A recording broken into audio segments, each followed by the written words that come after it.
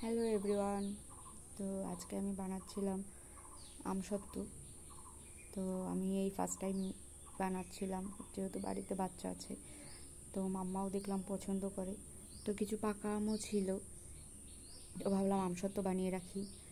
তো আমি আমার মায়ের কাছ থেকে শুনেই বানাচ্ছি। তো মা বলছিল যে আমগুলোকে পিস পিস করে কেটে তুই গ্রাইন্ডারে দিবি, তাহলে ওটা বেশ সুন্দর মিক্স হয়ে যাবে, তারপরে আঁশার ভাবগুলো থাকবে না।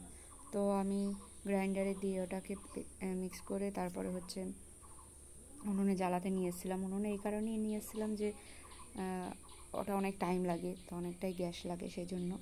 তো যখন এটা আঠা আঠা হয়ে যাবে, তারপরে আমি একটা প্লেটে একটু তেল দিয়ে, একটু সর্ষে তেল দিলে কি ওটা লেগে যায় না, তো দিয়ে আমি তারপরে ওটাকে একটু পাতলা পাতলা করে শুকাতে দিয়েছিলাম।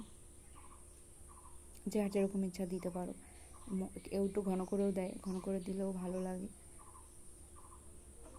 এই যে আমার আমসত্ত্ব, এটা 2 দিন মতো রোদে দিয়েছি আজকে নিয়ে। 4 প্লেট মতো হয়েছিল। এবার এটাকে ছোট ছোট পিস পিস করে কাটবো। যদি তোমাদের ভালো লাগে বাড়িতে ট্রাই করে দেখতে পারো। কাটা দেখাচ্ছি আমি। এই যে এরকম করে রোল রোল পাকিয়েছি, এখান থেকে এরকম সাইজ করে কেটে তারপরে এরকম রোল রোল পাকিয়েছি। এরকম করে কেটে আমি ডাব্বায় করে রেখে দেবো। এটা নষ্টও হবে না, যেহেতু জ্বালিয়ে করা হয়েছে। তো তোমাদের ভালো লাগবে, ট্রাই করবে।